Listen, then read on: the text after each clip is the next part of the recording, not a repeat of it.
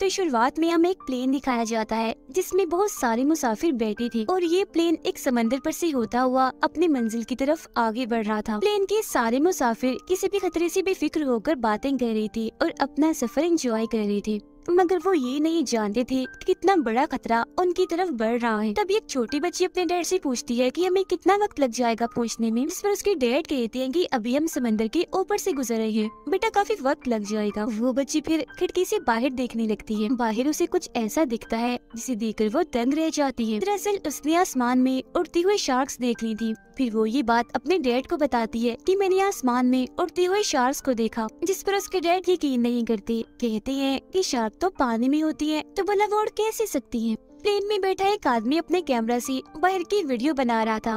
उसे भी वो उड़ने वाली शार्क्स बाहर नजर आती हैं, जिन्हें वो अपने कैमरा में रिकॉर्ड कर लेता है। अब तभी हम जहाज के बाहर का बड़ा ही चौंका देने वाला सीन देखते हैं। जहाज के आसपास बहुत सारी शार्क्स उड़ रही थी।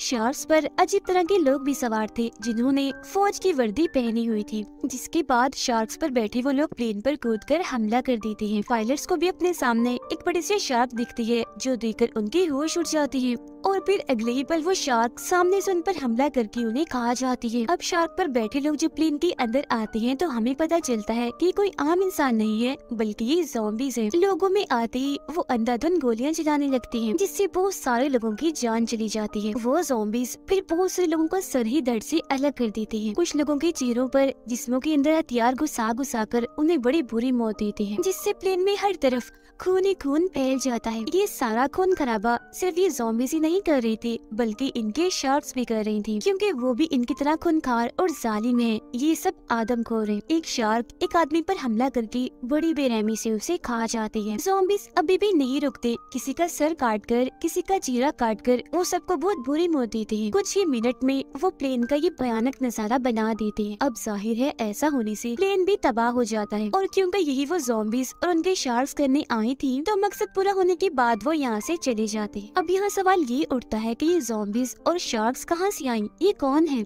और लोगों पर इतनी बेरहमी से ये हमला क्यों कर रही है, इस बारे में हमें आगे पता चलेगा। अब इसके अगले सीन में हमें न्यूयॉर्क शहर दिखाया जाता है, जो हम एक प्राइवेट कंपनी को देखते हैं जो अमेरिकन आर्मी के लिए काम करती है। ये आर्मी को पूरे सिक्योरिटी, कमांडर्स और सिपाही देती है। अब हम इस कंपनी के मालिक को देखते हैं जिसका नाम रेक्टर है। वो एक प्रोफेसर भी हैं जो काफी बूढ़े लग रहे थे क्योंकि उनकी उम्र लगभग 105 साल थी। वो फिर एक अजीब सा इंजेक्शन जैसे खुद को लगाती हैं तो कंपनी का सिस्टम उनकी उम्र 105 साल की बजाय सिर्फ 75 साल बताता है, मतलब कि असली उम्र से बहुत ही कम। जाहिर है उम्र कम हो गई थी तो वो अब थोड़ा चलने फिरने के काबिल हो गई थी, जो वो 105 साल की उम्र में नहीं कर पा रहे थे। अब प्रोफेसर रेक्टर ठीक हो गई थी तो अपनी छोटी बेटी के साथ प्लेन पर होने वाले उस हमले की वीडियो देख रही थी, और ये वो वीडियो थी जो प्लेन के उस मुसाफिर ने अपने कैमरा में बनाई थी, जिसमें वो ये समझ पाती है कि कोई अजीब ताकत है जो दुनिया को अपने होने का एहसास करवाना चाहती है और ये बताना चाहती है कि हम वापस आ गए हैं दुनिया पर राज करने के लिए। इसके बाद सीन कट होकर आता है एक औरत पर जो और कोई नहीं बल्कि प्रोफेसर रेक्टर की बड़ी बेटी है, जिसका नाम डेबला है। असल में रेक्टर की कंपनी को इस बर्फीले इलाके में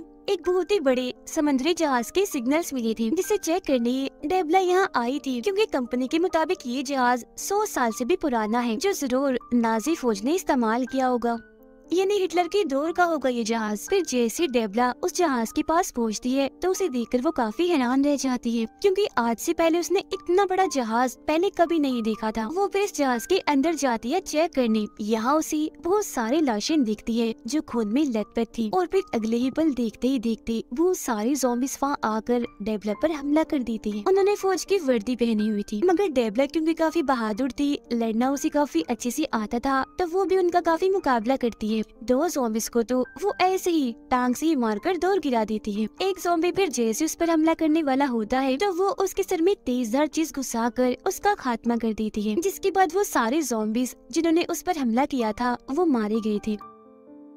अब तक वो जान चुकी थी कि ये कोई आम जहाज नहीं है बल्कि कोई तो बात है, इसीलिए वो छुपते छुपाते बड़े चौकन्ना होकर आगे बढ़ रही थी। अब डेबला के सूट पर एक कैमरा लगा हुआ था, जिस वजह से यहाँ का सब कुछ उसकी डैड रेक्टर भी देख पा रही थी। अब जब वो आगे बढ़ती है तो एक जगह उसे बहुत सारे जहाज दिखते हैं जो काफी पुराने मॉडल की थी, जिसका मतलब साफ था कि ये भी कई 100 साल पुराने हैं। वो फिर जब एक कमरे के पास पहुँचती है तो उसे बड़ा ही अजीब नजारा दिखता है। उसे हजारों की तादाद में नाजी फौज की वर्दी में ज़ॉम्बीज़ दिखाई देते हैं, जो सबकी सब लटकी हुई थी। उनको एक मशीन से जोड़ा गया था पाइप के जरिए। ये एक ऐसी मशीन थी जो या तो इनके जख्म दोबारा से ठीक कर देगी या अगर कोई ज़ॉम्बी मर गया है तो उसे दोबारा से जिंदा कर देगी। जो प्रोफेसर रेक्टर अपनी बेटी डेबला से कहती है कि ये मुझे अपने माजी से, अपने गुजरे हुए वक्त से जुड़ा हुआ लगता है। मुझे कुछ गड़बड़ लग रही है, कुछ भी ठीक नहीं लग रहा, इसलिए जल्द से जल्द कैसे भी करके वहाँ से फौरन निकलो। अभी सुनकर जैसी डेबला वहाँ से निकलने के लिए भागती है तो वो और भी हैरान कर देने वाली चीज सीखती है। उसे वहाँ आम साइज की निस्बत बहुत ही बड़ी शार्क्स दिखती हैं जो हवा में उड़ रही थी और काफी खूंखार लग रही थी,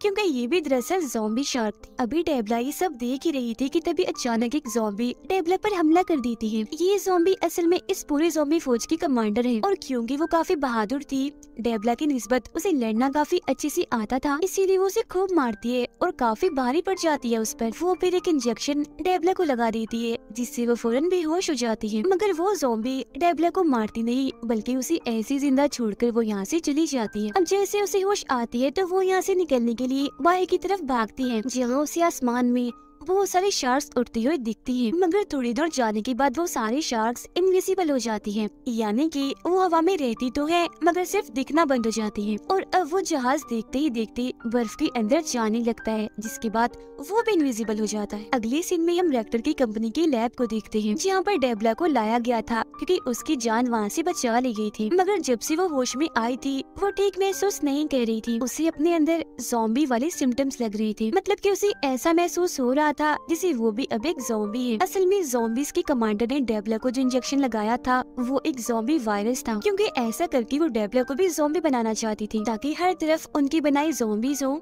जिन्हें वो अपने साथ शामिल करके इंसानियत का जड़ से ही खात्मा करते और दुनिया पर राज करें। अब हम रेक्टर को उसकी दोनों बेटियों के साथ देखते हैं, जहाँ ये लोग खाना खा रही थी। तभी रेक्टर की छोटी बेटी कहती है कि आपने कहा था कि ये आपकी माजी से जुड़ा हुआ है, तो आज आप हमें अपने माजी के बारे में बता ही दीजिए कि आखिर क्या हुआ था, क्योंकि आपने आज तक अपने गुजरे हुए वक्त के बारे में हमें कभी नहीं बताया। जिस पर प्रोफेसर रेक्टर उन्हें बताना शुरू करते हैं कि ये बात 1942 की है, जब ब्रिटिश फौज ने जर्मन फौज यानी नाजी की फौज पर हमला करना शुरू कर दिया था। उन्होंने जर्मन के हर एक इलाके को तहस नहस करके रख दिया, जिस वजह से जर्मन फौज ने यानी नाजी की फौज ने ब्रिटिश के सामने घुटने टेक दिए। जिसके बाद हिटलर ने बदला लेने के लिए फौज के कमांडर से कहा कि प्रोफेसर रेक्टर को कहो कि वो एक ऐसा सीरम, एक ऐसा वायरस बनाए जिससे जिंदा इंसान वहशी और जालिम बन जाए, जबकि लाशों को दोबारा से जिंदा करके ज़ॉम्बीज़ बना दे, ताकि बगैर थके और दर्द का एहसास किए वो लोग ब्रिटिश फौज का सामना करें और आसानी से उन्हें हरा दे, जिससे जर्मन फौज को फतह हो जाए। और क्योंकि मैं उस वक्त नाजी फौज की लैब का साइंटिस्ट था तो मैंने आखिरकार वो सीरम तैयार कर ही दिया। मगर क्योंकि हर तरफ से हम पर हमला हो रहा था, जंग का माहौल था, तो ऐसे वक्त में मैं इस सीरम का एंटीडोट नहीं बना पाया, यानी एक ऐसी दवा जिससे सीरम की असर को खत्म किया जा सके और लोग दोबारा से नॉर्मल होकर अपनी असली हालत में आ जाएं। सीरम यानी वायरस के तैयार होते ही कमांडर इसे इस्तेमाल करने का हुक्म दे देते हैं, जिस पर रेक्टर उन्हें ऐसा करने से मना कर देते हैं, क्योंकि ये वायरस तो बन गया है मगर इसका एंटीडोट नहीं बना, जिस वजह से वो सारे फौजी और लोग जिन्हें ये सीरम दिया जाएगा जो इस वायरस का शिकार हो जाएंगे, उन्हें दोबारा से टेक नहीं किया जा सकेगा, जिस वजह से वो लोगों के लिए खतरा बन जाएंगे।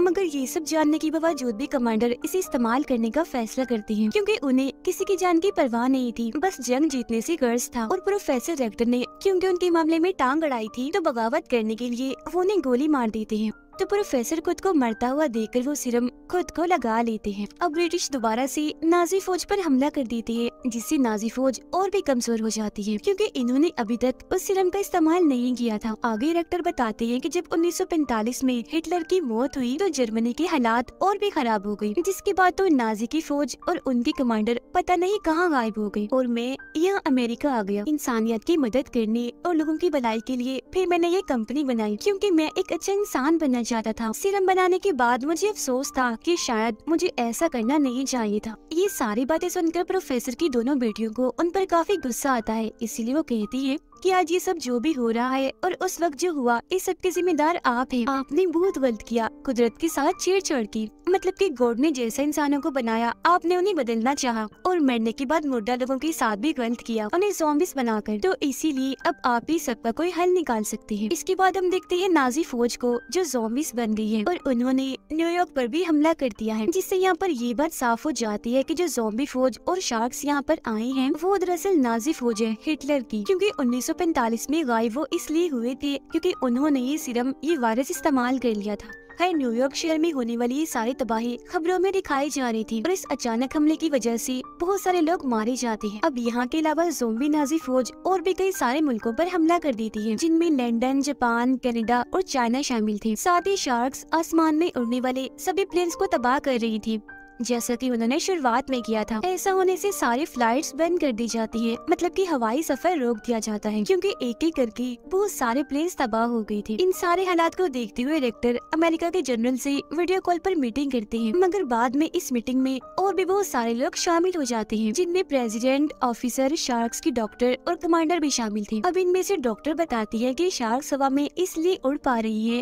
क्योंकि इन पर कोई एक्सपेरिमेंट, कोई तजुर्बा किया गया है, जिसमें इनके जिस्म की कुछ चीजों को बदलकर इन्हें इस काबिल बनाया है कि ये पानी से बाहर हवा में उड़ सकती हैं। ये तजुर्बा बहुत ही बड़ा है, जिसमें शार्क के पूरे निजाम को उल्टा करके उन्हें आसमान में जिंदा रहने के काबिल बनाया है। और तो और जो इंजन उनके जिस्म पर लगाया गया है, उसकी मदद से वो जमीन से 4000 की बुलंदी पर उड़ सकती है। एक्सपेरिमेंट की वजह से शार्क का जिस्म इतना सख्त और इतना मजबूत हो गया है कि उनके जिस्म पर किसी गोलीबारी, बारूद का कोई असर नहीं होगा, जिसका मतलब साफ है कि इनको मारना नामुमकिन है। अगर हमें इनका खात्मा करना है तो हमें भी इन जैसे हैवान और राक्षस बनाने होंगे, जिन्हें हम कंट्रोल करके इन पर हमला करवाएंगे। ये बात सुनकर ऑफिसर मना कर देते हैं, कहते हैं कि इस मुश्किल से निकलने का ये कोई अच्छा हल नहीं है, जिसमें कि हमें एक राक्षस को मारने के लिए दूसरा राक्षस बनाना पड़े, क्योंकि अगर वो राक्षस जिसे हम कंट्रोल करेंगे वो हमारे काबू से बाहर हो गया, तब हम क्या करेंगे। मगर अमेरिका के प्रेसिडेंट और जनरल ये चीज करने की इजाजत दे देते हैं। वो रेक्टर को कहते हैं कि तुम्हें इजाजत है, बना लो राक्षस जो इन सबका खात्मा कर दे। एयरपोर्ट पर हम देखते हैं कि काफी दिन के बाद, क्योंकि फ्लाइट खोल दी थी तो काफी रश था और तो और फ्लाइट में देर भी हो गई थी, जिस वजह से वहाँ बैठे मुसाफिरों को काफी गुस्सा आ रहा था। और फिर तभी एक औरत देखती है कि न्यूयॉर्क जाने वाली फ्लाइट बिल्कुल तैयार है, जो देखकर वो सभी लोग बहुत खुश हो गई थी और न्यूयॉर्क जाने वाले सारे मुसाफिर प्लेन में जाकर बैठ जाते हैं, जिसके बाद ये प्लेन अपने मंजिल इन्हें न्यूयॉर्क जाने के लिए उड़ जाता है। उधर रेक्टर के कहने पर उसकी दोनों बेटियां और बहुत सारे कमांडर्स ज़ॉम्बीज़ का खात्मा करने के लिए उस न्यूयॉर्क जाने वाले प्लेन का पीछा करने लगते हैं, क्योंकि वो जानते थे कि नाजी ज़ॉम्बी इस प्लेन पर भी जरूर हमला करेंगे, जिसका मतलब साफ था कि अमेरिका की गवर्नमेंट ने इस प्लेन को चारे के तौर पर हवा में उड़ाया है। और फिर नाजी ज़ॉम्बी सच में उस प्लेन पर हमला करने के लिए उसकी तरफ बढ़ते हैं। प्लेन में बैठे सारे मुसाफिर किसी भी खतरे से बेखबर होकर बैठी थी और फिर तभी लोगों को बाहर आसमान में ज़ॉम्बीज़ और शार्क्स दिखाई देने लगती हैं, जो देखते ही प्लेन में अफरा तफरी मच जाती है। लोग काफी डर गए थे। इसी के साथ वो ज़ॉम्बीज़ और शार्क्स भी प्लेन पर हमला कर देते हैं और हर बार की तरह इस बार भी वो अंधाधुंध गोलियां चलाकर पहले वैसे लोगों को मारते हैं और बाद में किसी की आंख फोड़कर, किसी का पेट फाड़कर बड़ी बेरहमी से वो लोगों को मारने लगते हैं। बहुत सारे मुसाफिरों का तो वो सर ही धड़ से अलग कर देते हैं। जिसके बाद प्लेन में आग लग गई थी। देखते ही देखते वो पूरा तबाह हो गया था। कुछ लोग जो बच गए थे वो प्लेन से बाहर गिर रहे थे, कुछ बेचारे ऐसे थे जो ज़ॉम्बीज़ का शिकार हो रहे थे और अब प्लेन पूरा तबाह होकर टूटकर नीचे जमीन की तरफ गिरने लगता है। दूसरे प्लेन में कमांडर रेक्टर की बेटी को एक बॉक्स देता है, कहता है कि इसमें वायरस का एंटीडोट है, इसे भी रेक्टर ने ही बनाया है, क्योंकि उन्हें लग रहा था कि हो सकता है डेबला भी ज़ॉम्बी बन जाए और अपने काबू से बाहर हो जाए, तो ये उसे लगा देना। जिसके बाद उसकी बेटी अपने डैड रेक्टर से बात करती है, कहती है कि अगर आपने ये एंटीडोट पहले बनाया होता तो शायद आज सब कुछ ठीक होता, दुनिया इतने बड़े खतरे में ना पड़ी होती। और आज आप लोगों ने क्या किया, मासूम लोगों को ज़ॉम्बीज़ का चारा बनाकर बहुत गलत किया। जिस पर रेक्टर कहते हैं कि हाँ, मैं मानता हूँ कि हमने ये फैसला बहुत बुरा किया है, मगर ऐसा करना हमारी मजबूरी थी। इसके बगैर हम ज़ॉम्बीज़ तक कभी नहीं पहुँच सकते थे और अब जो मैं करने जा रहा हूँ मैंने वो कभी करने का सोचा भी नहीं था, क्योंकि इसके बगैर उन सब का मुकाबला करना मुश्किल है।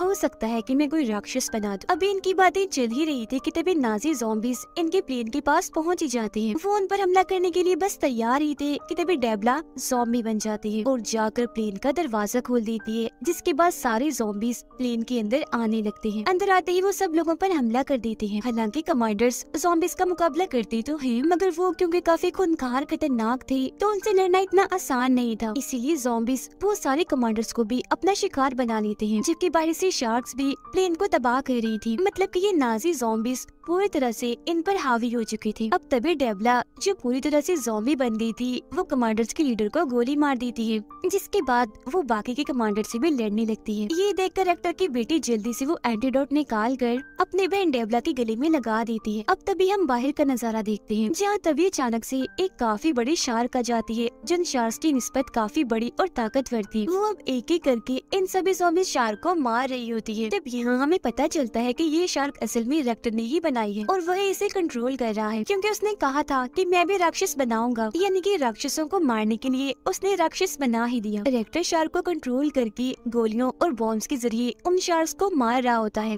और तो वो शार्क इतनी बड़ी थी कि वो बची हुई शार्क्स को खाने लगती है। प्लेन के अंदर भी सारे कमांडर्स मिलकर ज़ॉम्बीज़ को मार देते हैं। डेबला भी एंटीडोट की वजह से बिल्कुल ठीक हो गई थी। मरे हुए सारे ज़ॉम्बी शार्क नीचे पानी में गिरने लगती हैं। ये नजारा देखकर आर्मी जनरल बहुत खुश हो जाता है, क्योंकि ये देखने के लिए वो बेताब था, कब से इस वक्त का वो इंतजार कर रहा था। ये देखकर रेक्टर भी खुश हो गई थी, क्योंकि ज़ॉम्बीज़ के खिलाफ इन्होंने जो मिशन शुरू किया था वो इसमें कामयाब हो गई थी। इसके बाद दोबारा से नाज़ी जहाज को हम देखते हैं, यानी वही जहाज जो हमने शुरुआत में देखा था, जिसमें डेबला गई थी। जहाज के अंदर बहुत सारे ज़ॉम्बीज़ थे, क्योंकि ये नाजी की पूरी फौज थी, जिन्हें उनकी कमांडर हुक्म दे रही होती है दुनिया को तबाह करने का। जिससे यहाँ ये बात साफ हो जाती है कि रेक्टर और उसकी टीम ने उन ज़ॉम्बीज़ और शार्क को मारकर इस जंग को जीता नहीं है, बल्कि असली जंग तो अब शुरू होगी, और ये जंग बहुत ही बड़ी होगी, क्योंकि इसमें दोनों तरफ से ही राक्षस होंगे और रेक्टर एक के बाद एक राक्षस बनाएगा उनका खात्मा करने के लिए। क्योंकि वो साइंटिस्ट है, उसके पास ऐसी ताकत है कि वो बुरा नहीं हो सकता, ना ही वो कभी मरेगा। क्योंकि जैसा कि आपको याद होगा, उसने भी खुद को वो सीरम वो वायरस लगाया था, जिसके बाद एंटीडोट लेकर वो ठीक तो हो गया था, मगर उसके अंदर अलग ही ताकतें आ गई थी और अब वो इंजेक्शन लगा लगा कर अपनी उम्र छोटी करता रहता है। और जैसा कि उसने फैसला किया था वो दुनिया की मदद करेगा, इंसानियत को बचाएगा,